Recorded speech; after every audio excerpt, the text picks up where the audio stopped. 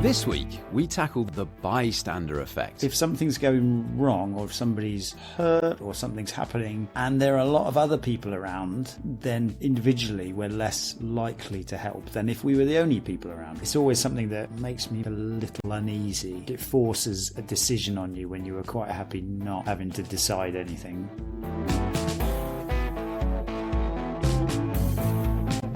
I'd gone down, I'd fainted. People must have seen me, right? Because I was upright, and then bang, it must have made a crash and a bang. And when I came round, no one batted an eyelid. Were there many people around? Yes, it was a full train. And your head was it between the doors, being kind of sort of the Simpsons? It was that. I mean, it doesn't happen quite as fast as that. Yeah. The one girl who was sat right next to me, because I was on my hands and knees, she looked down at me and she goes, "Have you been drinking?" I'm like, "No, I think I've just fainted." Hello and welcome to Sketchplanations, the podcast, where there's no entrance exam or dress code to get in, nor do you have to impress anyone by scoring a hat-trick for the development squad on a cold Tuesday night. No, we have an open door, open window, open hole in the roof policy, and security on the gate's rubbish anyway. You can literally just walk straight in. There's no joining fee, no monthly payment, and you can leave whenever you like. Though it'd be great if you did stay around. We talk about the world and the stuff in it, so you don't have to. I'm Rob Bell, and keeping us all in check is the creator of Sketchplanations, Jono, and working tonight on the code check is the indomitable inventor, Tom Pellerin. Good evening. You say anyone can leave. We can't. As soon as you press record, Jono and I can't actually leave the session. Did you know that? The leave session goes. So technically we can't leave. Podcast hostage. There you go. Yeah. I like how that's. You obviously know that because you've tried. Yeah, but enough of this. That's why I leave. Make it through the intro. Do you remember that? Do you remember when getting in somewhere was a genuine concern on a night out? Probably it's usually a nightclub, wasn't it, or a bar somewhere. I do. It was a long time ago. Yeah, I don't feel like I have that kind of anxiety or concerns these days. Like, what, you're not going to let me in? Brilliant. I'm going home early then. Lovely. It's for getting out in time for the train back. Yeah.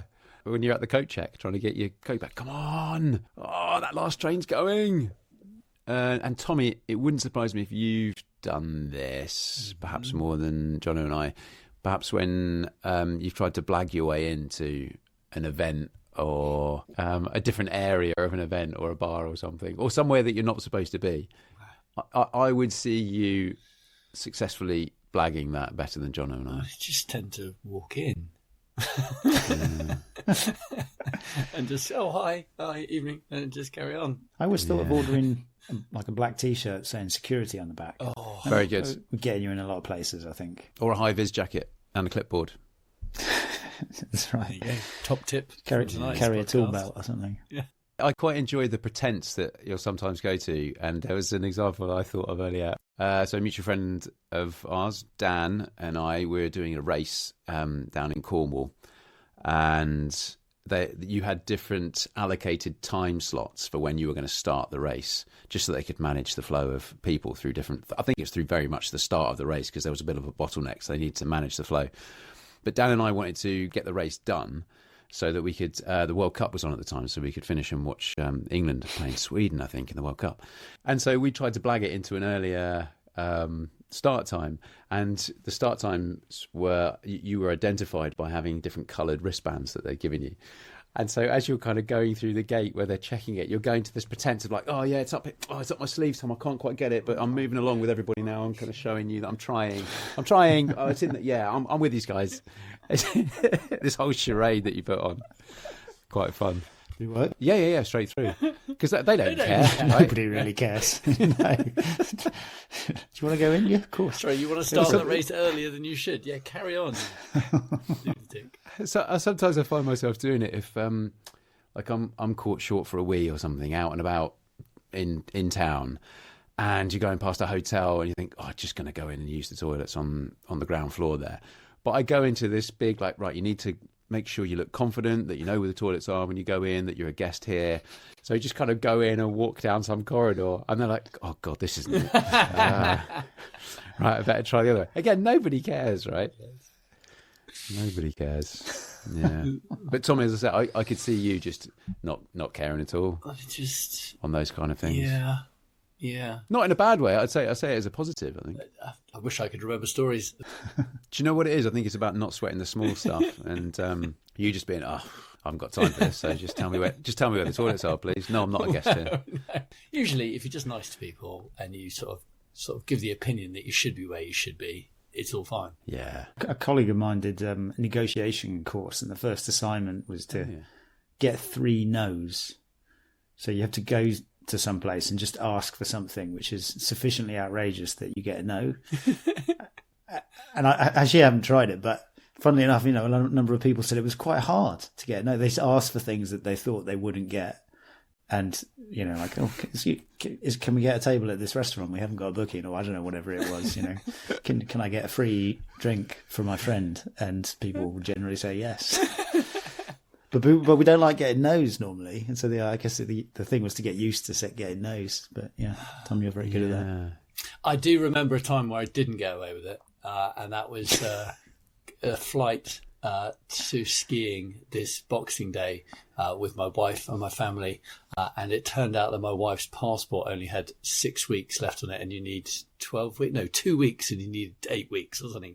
It was right at the last minute. I was like, no, there must be something I can do to try and help this situation. But the lady was absolutely not having it at all. And she was doing her job very professionally and properly, and she would not let us on. Did you try the thing? It's just on my sleeve. I'm just getting out. I'm just with those guys. Hidden underneath my thumb. There's no date there. I think you've just misread that. It says 2026. Yeah. My wife is so organised as well, and so that was pretty tricky for us and her. Well, at least that's quite good. You've got that in your back pocket now, just for the next time that you're not quite as organised as you think you should have been, or your wife thinks. Yeah, the rest of the family couldn't believe that I had the right documentation and she didn't. Right? Sorry, what? I think we all still find that quite hard to believe. You sure you've got it the right way around, Tom? I think Sarah's taken a really big hit for you in this story. Go on, just say it was me. Yeah, I have left my passport behind at Eurostar before. That was a bit of a pain. Yeah. Moving on, shall we? Well, there is no VIP area here at Sketchplanations, the podcast. No laughable velvet rope or private room segregating a couple of tables off in the corner. Everyone's a big kahuna here. So make yourself comfortable and we'll get on with the podcast. An alarm telling me to record the podcast. Surely that's a bit late. 15 minutes late. Maybe make that 8:15. maybe change that. Yeah. What were you saying about Sarah normally being really organised and you? Were you also? Yeah. I might change that to. He was here, wasn't he? 15.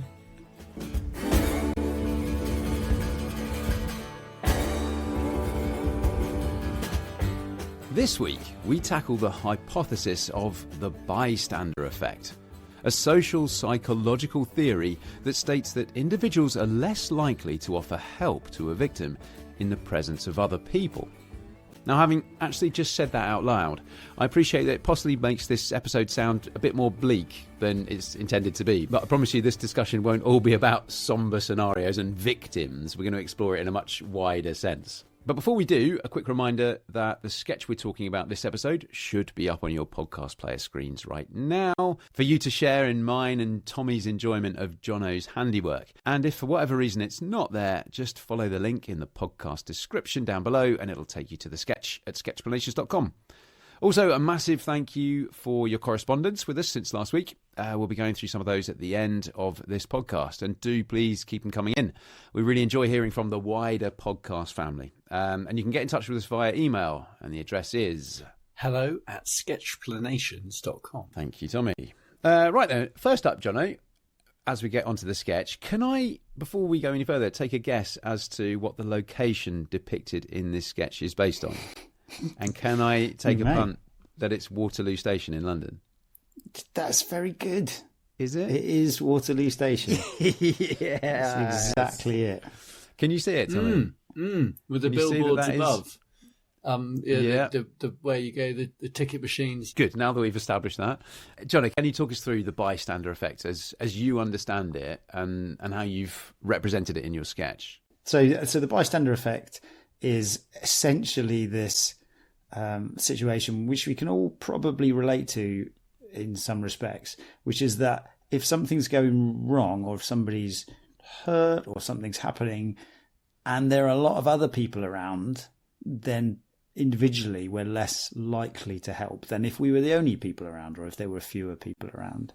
And so the scenario in the sketch was somebody in Waterloo Station, exactly right, Rob, it's a lady who's on the floor. She's obviously not feeling well. She's got a little red squiggle above her head. And there's this sort of sense, which I wrote at the top, which is like someone really ought to check that she's okay. But there's loads of people in the station. And I guess everybody is sort of thinking, this was the idea of the sketch, that somebody else ought to go check if she's okay, but probably not you. It's the idea. Yeah. I mean, I don't know if you read much into it. I think I heard of the Bystander Effect a long time ago. Again, it's when I was reading The Tipping Point from Malcolm Gladwell.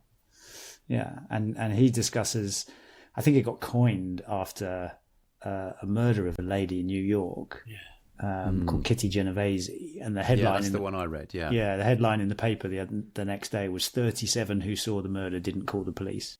And so since then, there's been a lot of other studies around the bystander effect, and it does seem to be a thing that if there are more people around, then we're individually less likely to help. Can you guys think of times when you've experienced that, or that you've witnessed it on either end of it, either being a bystander yourself and not being sure whether to step in, or whether something's happened to you and actually you would have quite liked people to step in, but they didn't? But what, have you going to step up to this? The king of meta, Tommy. I can think of a very practical and classic example that actually happened in work very recently, which is where a load of people get emailed about something.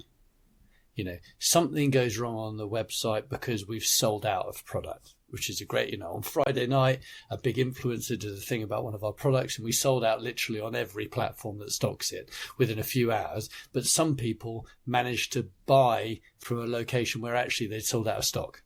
So this week on Monday, we're trying to work out what to do with those poor customers that have managed to buy and we've sold out and that sort of thing.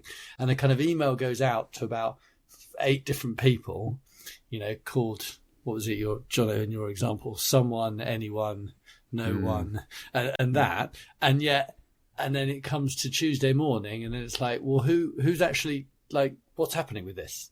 And it's like, because it got emailed to 10 people, I think everyone went, well, it's not quite me, it's them, and it's that, because it's a problem that falls right in the middle, because there's a warehouse, there's a website, there's Amazon, there's Shopify, like it's no one, and actually probably the person whose specific job she was on a half day sort of thing. So she may be emailed out saying, and I think we can probably all relate to that, of when there's a group email with no set, please, Jono, can you do this? Or Rob, can you do this? It's very how effective that one name is.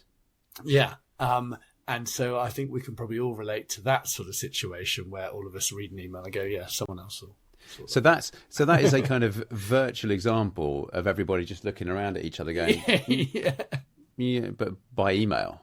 Yeah. And people reading it and going, it's probably not me. Yeah. Looking around. And then looking at the office, next email. Right. Well, that's gone to those people over there as well, I can see on the CC. So, they'll probably pick that up. That time when you're in a group and you're like, oh, we should really fix a date to meet again. Yes. Anyone put out some dates? That's the prime example. Anyone could put out some dates right now. Somebody probably will any moment. Yeah. Okay. I must say, we do have a number of friends who often do really step up. Ben and Pete are both brilliant at, and Pete's done it, I think, last week, where he stepped up and said, we should meet for Christmas, shouldn't we? We haven't done it for ages. And here is a poll with some dates. Whereas if that had been anyone else, it would have all been like, yeah, that's a great idea. Yeah. You're right. Yeah. I feel like the bystander effect, it's always something that makes me maybe like a little uneasy. It's like it forces a decision on you when you were quite happy not having to decide anything. Yeah.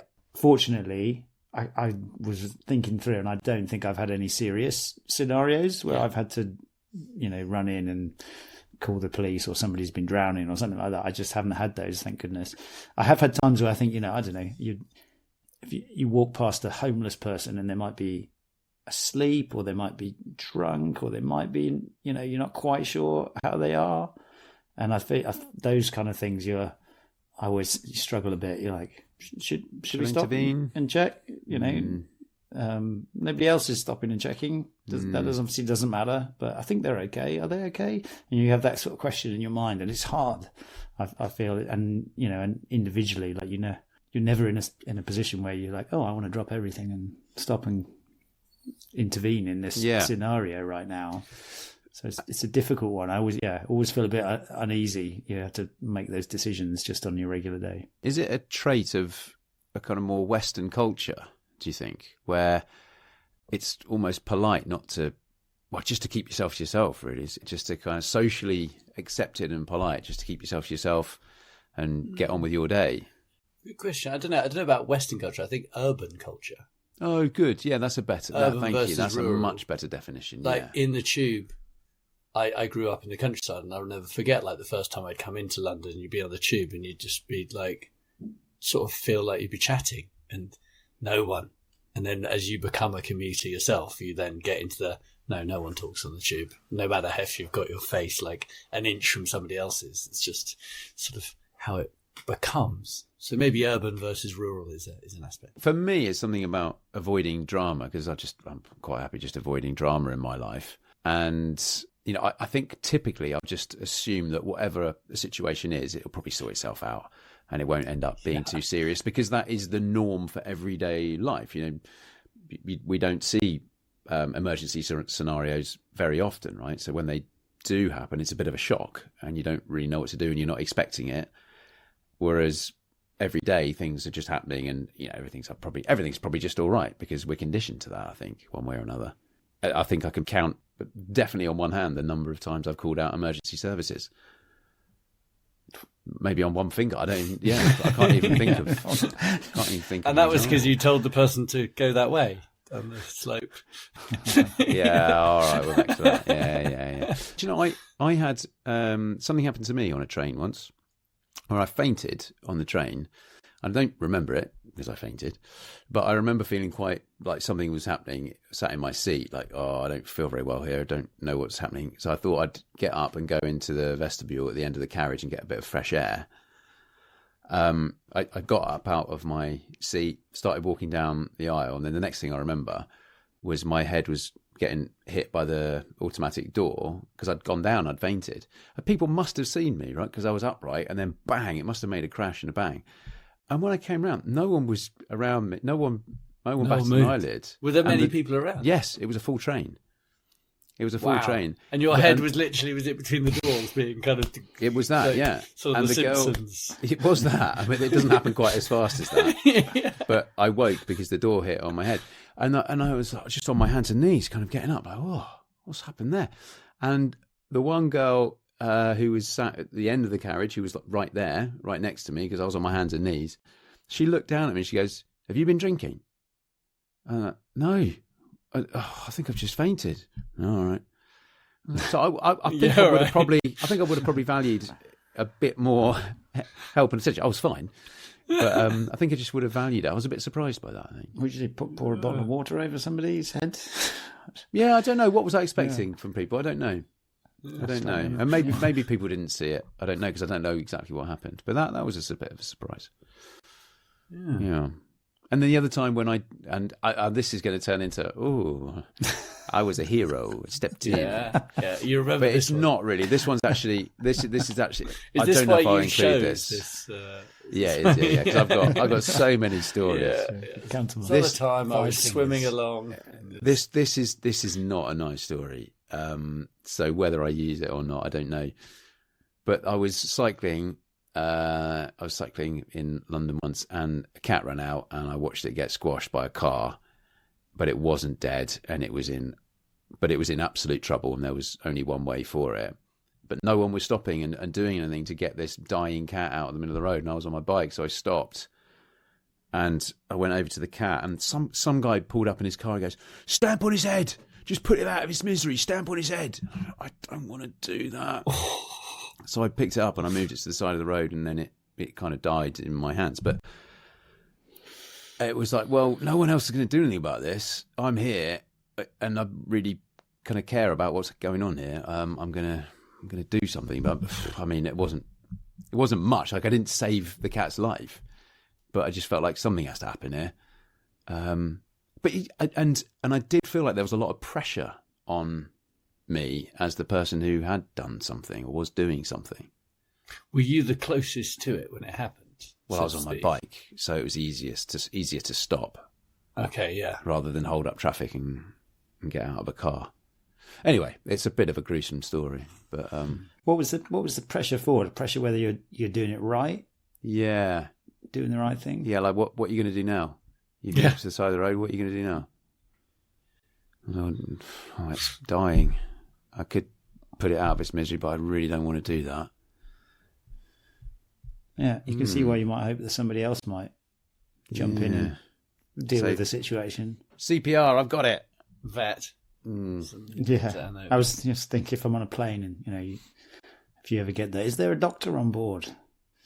Yes. Technically, I'm a doctor. Dr. John O'Hay. But the person next to me goes, "Oh, he's a doctor." Doctor of innovation. No.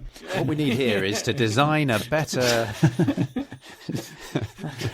Yeah, hopefully that doesn't happen. But when there are more people present around a situation, does it kind of create a diffusion of responsibility? Possibly. And Rob, you and I have been watching the cricket, or trying to enjoy the World Cup cricket recently. And one of the thoughts about why we didn't do so well is because we almost had too many batsmen in our team. We had 7, 8, 9 batsmen many times in our teams, and there's a theory that there was just a kind of, well, if I'm out, the next guy will do it. We've got so many batsmen in my team, it doesn't matter. Whereas a team like South Africa, who went in with only 5 batsmen, and literally the batsmen after that really are not, they're very much bowlers.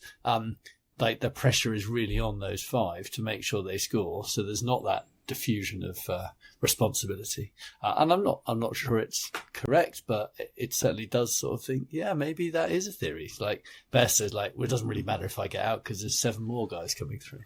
Yeah.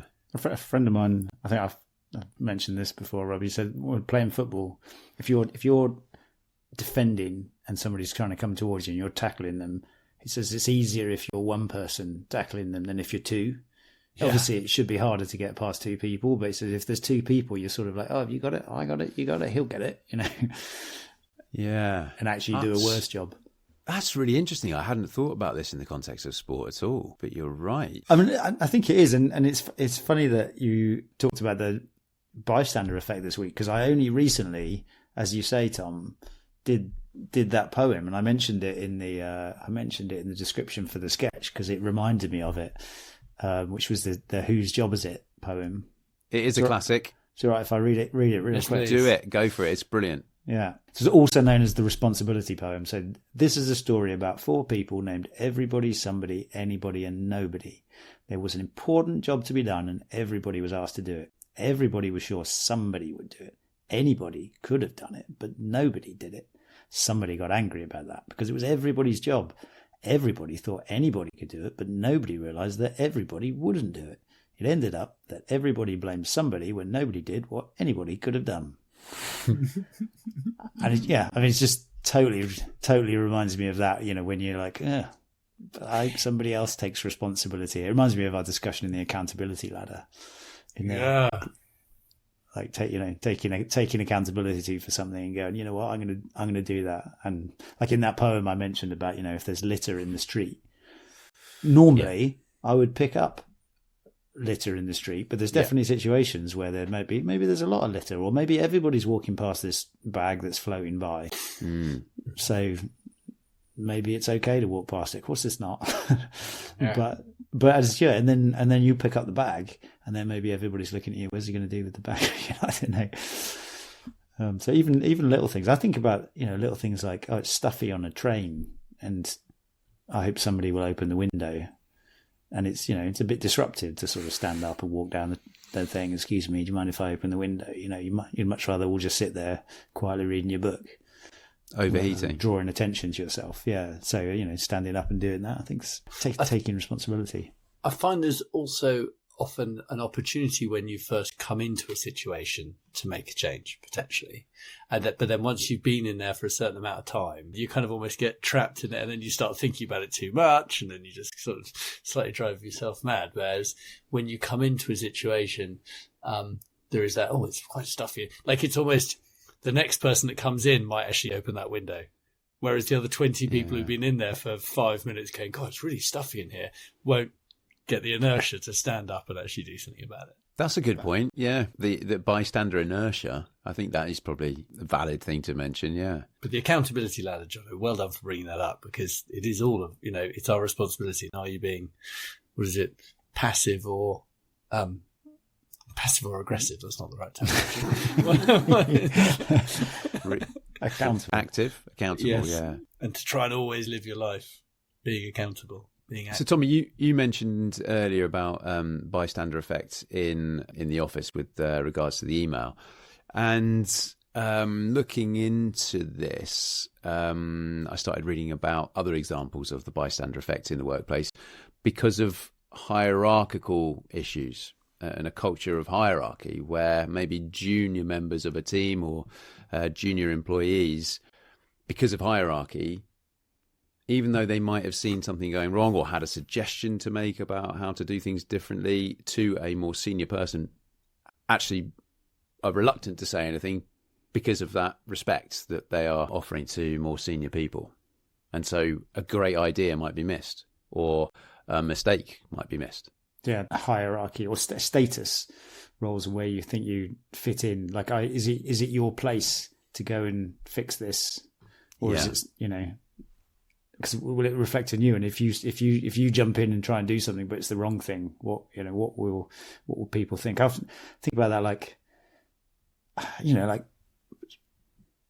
like to think that if I really needed to, I would obviously do it. But like pulling a fire alarm or stopping a train, or like, you think somebody's in trouble in a swimming pool, do you stop and scream and shout to everybody and everybody stops, that kind of thing, and you sort of hope that probably it's not a fire and that person is all right in the swimming pool. But like making a massive fuss and drawing all that attention. And this is what I was referring to earlier about avoiding drama for the need of it just being drama, because you're like, oh, but what if it isn't?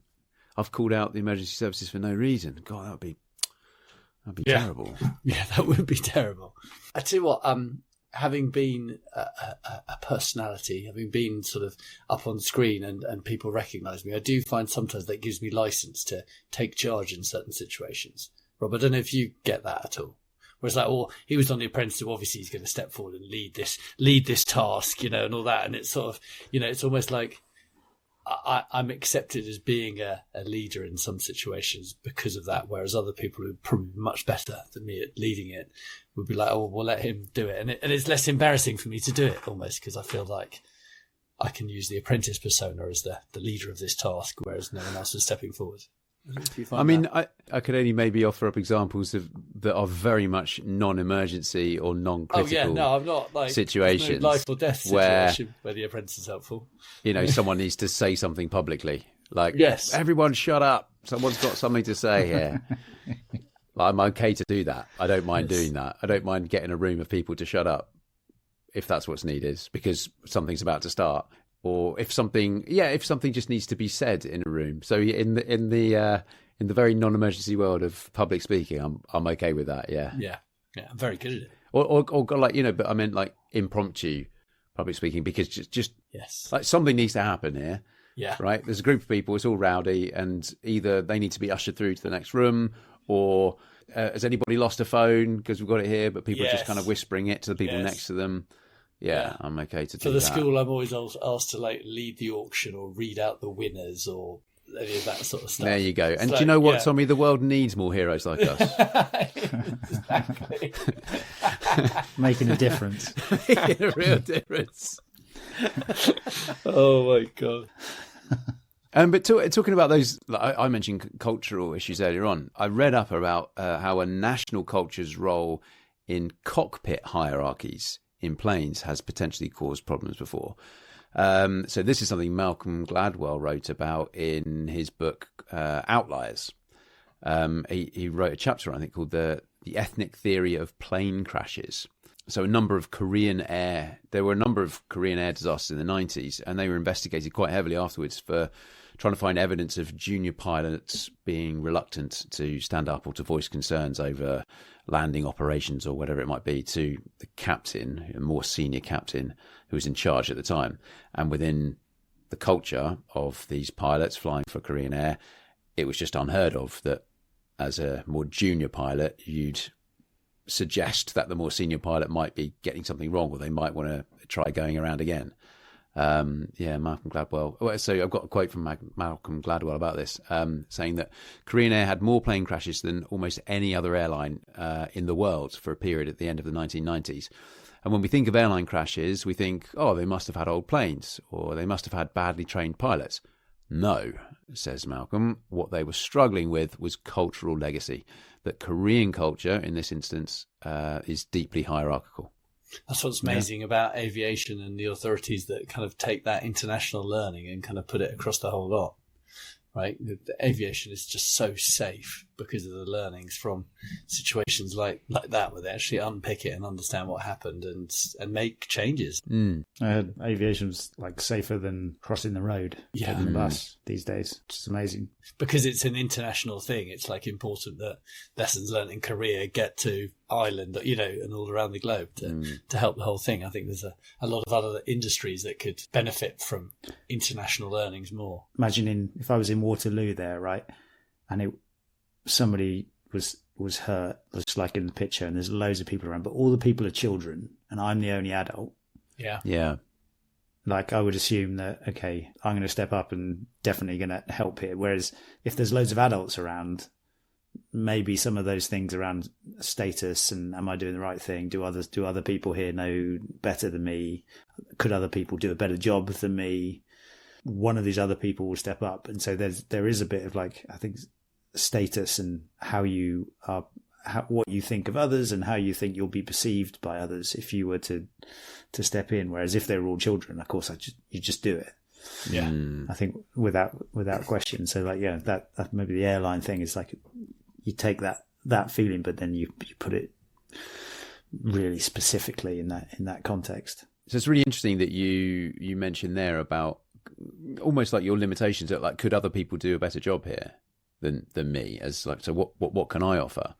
Because in some of the research that I know that you reference in your sketch, Jono, and this is research that was done in 1968 by John Darley and Bib Latane, some social psychologists. They carried out a number of experiments, so controlled experiments, with staged emergencies and looking at how people went over to help them. And I think that's where a lot of I think this is one of the first, or the first piece of research into the bystander effect. And so their results showed that 70% of participants helped out when they're on their own, but only 40% helped out when they were with a friend or another stranger.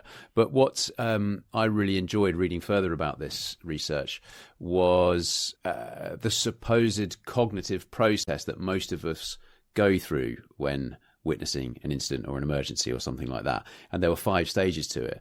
The first was to actually notice that something is happening. Secondly is to interpret the situation. Is it an emergency or not? Third was assessing the degree of responsibility that you feel individually. Then going on to determine the form of assistance that you can offer. And then finally, it was implementing the action of what it is you've decided that you can offer.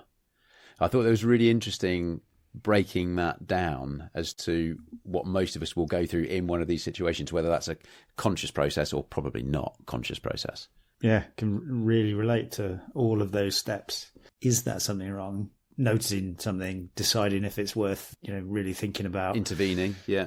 Worth intervening, deciding whether it's on you to do it or whether, maybe there are some officials here anyway because it's a sports event or whatever, and it's their job to do it, and somebody will be along, and then thinking, well, actually, I don't know, can I do anything? Because obviously maybe that doesn't help at all if you can't actually do anything useful. Really interesting thinking through that. Yeah. And I must admit, sometimes when I fall or trip or something like that, I sort of just hope no one notices. So actually, like you're fine. So you sort of don't want anyone to come to your aid, if you know what I mean. Like, and yes. I think sometimes there's a pride aspect with when you get older as well, in the fact that you might have fallen. You're more likely to fall as you get older, but there's a real I'm not that old. I'm fine. I'm just sort of getting up, and maybe it looks like they could really do with help, and maybe they actually could do with an arm up, but that would almost damage their pride more than just that hope that no one saw what happened, so to speak. It reminds me of a lot, and I remember it's a situation I did a little homework project on once, and it was about offering your seat for people, like on the bus or the train. Yeah. And you go through all of those steps. So you've got a seat, and maybe there's another seat somewhere, but it's hard to get to or something. And you see somebody and you're like, are they old? Are they struggling? Am I the best person to offer them a seat? Is somebody else going to offer them a seat? If I offer them a seat, how will they take that? Do they want me to offer them a seat or not? And I think, in the UK, we did quite well with the things like the baby on board badges. Yeah. Because and I remember in my assignment, it was before that, I remember thinking there was as a coming on, you might want some way to signal that you would or you wouldn't like a seat. But, and I think that's what the baby on board does, is it goes, this person would value a seat and you won't be offending them if you offer them a seat. Yeah. Because occasionally I've done that, stood up, would you like a seat? No, I'm fine. How old do you think I am? That kind of thing. And so, but, you see all of that stuff going through your head as to whether or not I find it's quite stressful. Again, public transport. Again, I think a lot of that is cultural, though. Some other cultures might not be that kind of defiance of, I need help. I'm fine. Other cultures might be more accepting of, yes, I am older, you should give me your seat. Yeah. But can you imagine that, the opposite, like walking on, someone give me your seat, please? I mean, I guess you have to do that. I mean, I've seen mums-to-be do that. Yeah. It's probably not an easy thing to do.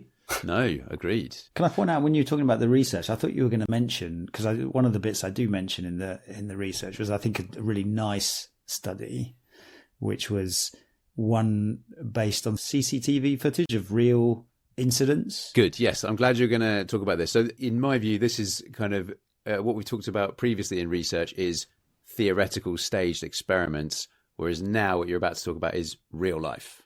Yeah, and I thought it was, I mean, that was a great way to assess this. So they had CCTV footage of real things that had happened in UK, Netherlands, and South Africa, I think. That was it. And they essentially assessed, not whether or not someone was likely to help, but if there were more people, were you, as someone who was in trouble, more likely to get help from somebody at all? Yeah. And what they found, which is in a reassuring situation, was that it was, I think, in 9 out of 10 public conflicts, at least one person came to help, which is reassuring. Yeah. That, although lots of people might be standing around going, I hope that somebody goes to help, if there are more people, you probably will get help as an individual. So which, logically, if you just think of it at base level, it's like, well, that makes sense. Yeah, there are more people here, so you're more likely to get. But it does kind of contrast what the theoretical research hypothesizes. Yeah, with the background of the bystander effect, you can see why they went to look into it. Yeah. But I remember, obviously, I did hear about this when I read Gladwell a long time ago. But I do distinctly remember, and I can't remember who it was, somebody telling me, because they were in a vehicle accident, and I think it was a professor in a class I was taking, and it wasn't about this at all. But they said the other people in the other car might have been hurt. They were hurt. And what they did was point at somebody and said, you call the police and call an ambulance right now. And it's so easy in those situations to assume that somebody is going to call an ambulance. He said, like, that's why I think there wasn't a lecture about this at all, but they said, I'm telling you this because it might save your life one day. Wow. If you're in trouble, select somebody and say call, and you're giving them responsibility to make the call. Even if they can't do it, they will find somebody to do it. And in my example earlier in the work context, always don't email everybody, someone and whoever. Write it to Richard or Jenny or Susan, and maybe write it privately without. And quite often I don't put lots of people underneath. You just like, I'm writing this to you, and I know that if I write it just to you, then there is an obligation there, as opposed to if you write it to lots of people, often it won't happen at all. And if you want to meet up with your friends, be the person who puts out at least 2 or 3 dates and gets something started, rather than the, hey, yeah, we should get a date in the diary. That. Oh, good solid learning. Till AI sorts that out. I really can't.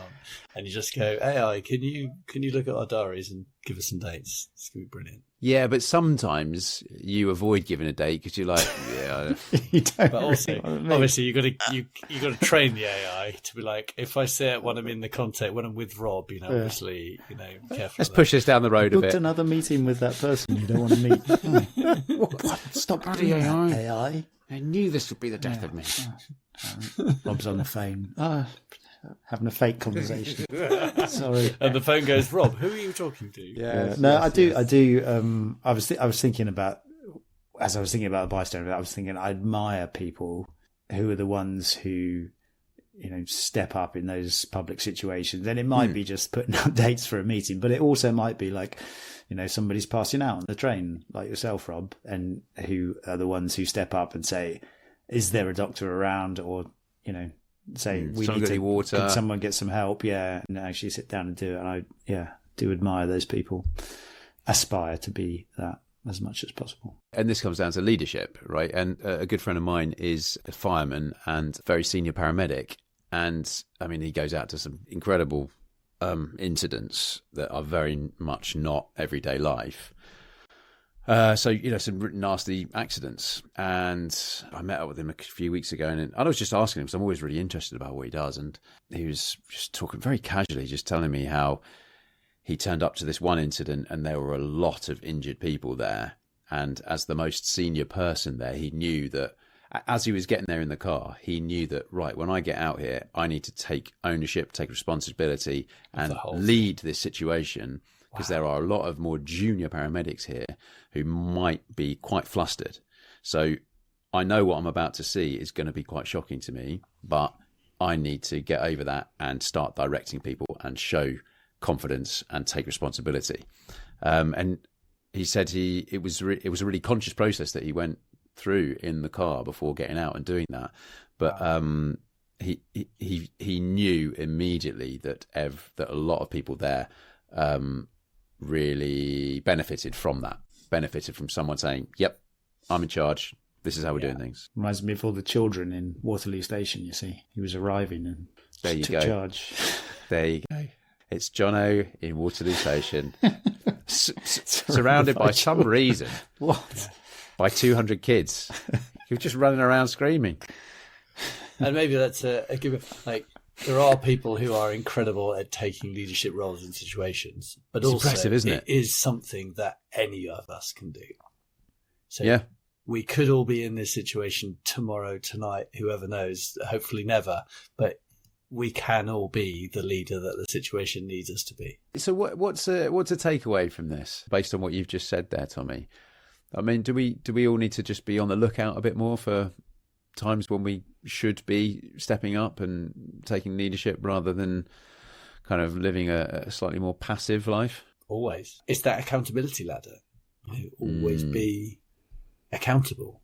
Always be holding yourself to be doing the best that you can do in this moment. Yeah, I mean, I think we're all one community, right? And so we all play a part in everything working well. And just like you said, like you wish that when you pass out on the train that somebody would come and help you.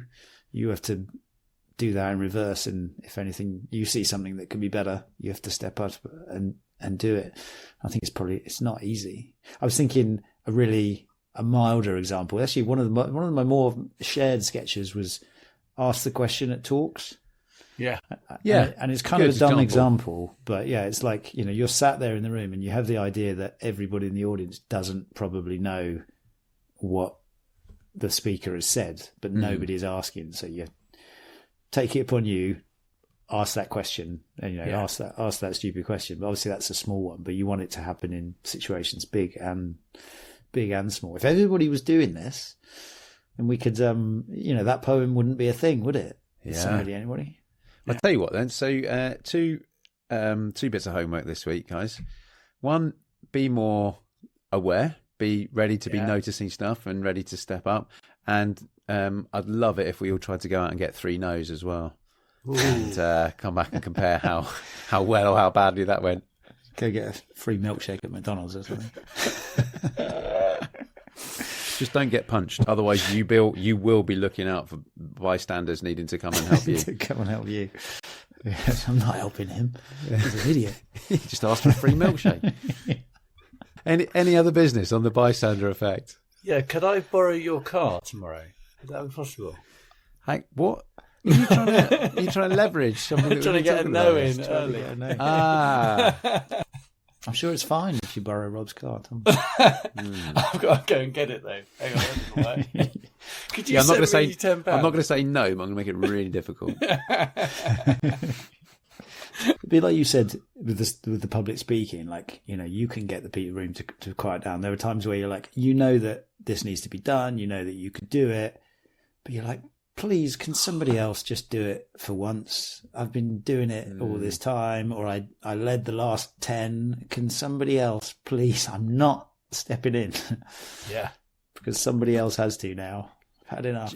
Do you know a good example, actually? Just me. Right. Can someone volunteer to take minutes for this meeting, please? Heads down. Heads down at your notes. Did he say something? I didn't. Or go on mute and pretend like someone's talking to you off the camera in a Zoom call. Pick up your pen off the floor. Exactly. Oh, I've got a phone call. But you know that it's going to come round to you at some point, right? If this is like a monthly meeting or whatever. Tom's like, how many minutes have I managed to avoid taking? Yeah. Although being the minute taker is usually pretty beneficial because you can decide basically what happened. That's we all decided. Jono gets an extra milkshake. Yeah. You get to reuse Rob's car. He said it's fine. Wait a second. And then when you put the minutes out to be confirmed, you go, if you could all just look at this, that'd be great. And everyone's going, someone will pick that up. Yeah, somebody will check it. Yeah. Do you know, actually, I have that feeling with terms and conditions and privacy, privacy policies to some degree, but with large companies. Yeah, you're kind of like, well, if there's something wrong in here, we'd have heard about somebody would have said so, but it's not me. Like, am I going to be the one calling out Apple's terms of service for their next operating system? You just go, I think somebody will do that. But you're right. It's that you, at that point where you can just scroll through and hit accept, you are absolutely handing over all responsibility for what's in that to somebody else. Somebody, somewhere. Because, Taylor Swift took on Apple Music, right? Yeah. Like, that's an amazing example of not bystanding. Right? Yes. And I'm actually always a lot of respect for people who depending if you care about it, are the ones who organise the petitions. It's so easy to go, I can't believe they're doing that. Somebody should really let them know that we don't think this is a good idea. But somebody has to do that. So respect to the people who do. All right, then. I'm going to call proceedings on the Bystander Effect episode to a close. Thank you all very much for listening. And as a likely lone bystander to this podcast in your present vicinity, as we've just discussed, there's nobody else here right now but you, so you need to take some form of social responsibility. And I'm going to suggest that you do that by adhering to the academic research and take action.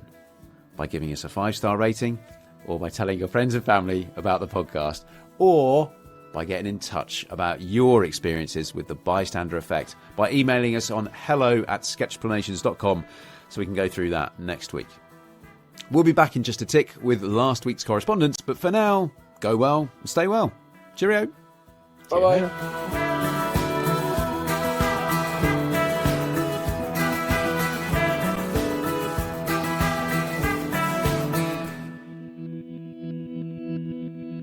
And it's Jono and I back to go through some listener comments and listener messages that have been sent in. Not specifically related to human risk, but James has sent us a message via the website, sketchplanations.com/podcast, saying, "Hi, Jono and team. I wanted to say hi, how much I love Sketchplanations. We all do. But he's been trying to remember the syndrome/law/rule when a project launches and we're all giddy and it builds traction, and then it gets bogged down in detail, lacks progress, and it's no longer fun and becomes a chore. I know there's the trough of disillusionment, but it's more when a project becomes complex and just hard. Have you come across this syndrome/law/rule, or did I just dream it?" Jono, what do we think on this? Because you have touched on so many different aspects of your professional life through your Sketchplanations. Do you recognise something in James's message here? Yeah, good question. You know what? I recognise loads, but as to James, whether there's the particular one you're thinking about, I'm not sure. The one that you mentioned about trough of disillusionment, I did do a sketch of, and it is a really good one, which is something called the Gartner hype cycle, which is about the evolution of expectations of new technologies.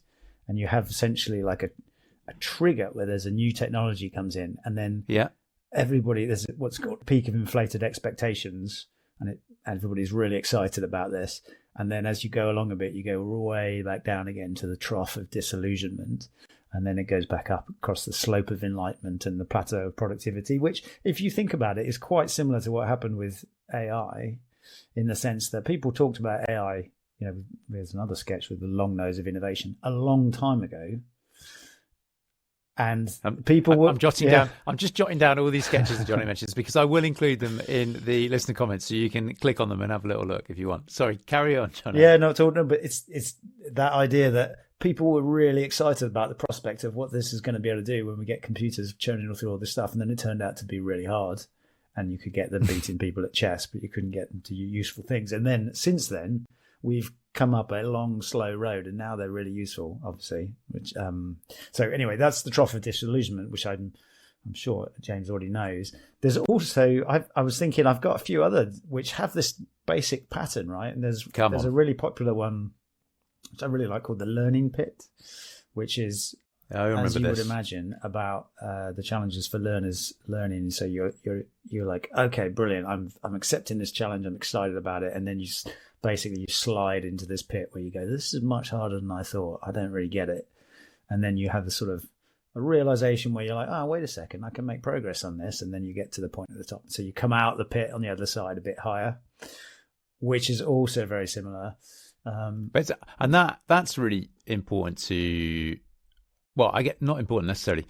It could be really helpful to understand and acknowledge as both a learner and a teacher, right? Yeah, definitely. That, you know, there might be a lot of enthusiasm, and actually, usually it's like we overestimate how easy something is going to be at the start, and it turns out to be a lot harder than we expected, and which is why people are going to end up in this pit, and you have to help them out of it. Does that also link to optimism bias?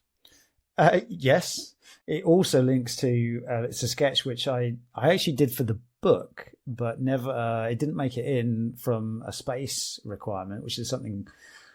A really popular, well-known phenomenon called the Dunning-Kruger effect, which also has the same pattern in like the classic, sort of somewhat contrived chart that people draw about it, which is this: if you know a bit, you have this what's called the peak of Mount Stupid, and you're like, oh yeah, I can do this. This is going to be easy, and then you get stuck into it, and then it drops down into like the Valley of Despair or something before coming out, as you actually figure out how to do it. And so that's another one which follows this same kind of pattern, peak, trough, and so on. We used to do, when we did projects consulting in the States, we used to have a chart that we show clients at the beginning of a project called the project roller coaster, which is exactly the same. As you have this kickoff, you're all really excited, and then it sort of, the rubber meets the road and it gets quite hard. It gets hard, and you're like, okay, how are we going to do this? And you will pull out, but that roller coaster sort of metaphor definitely keeps coming round.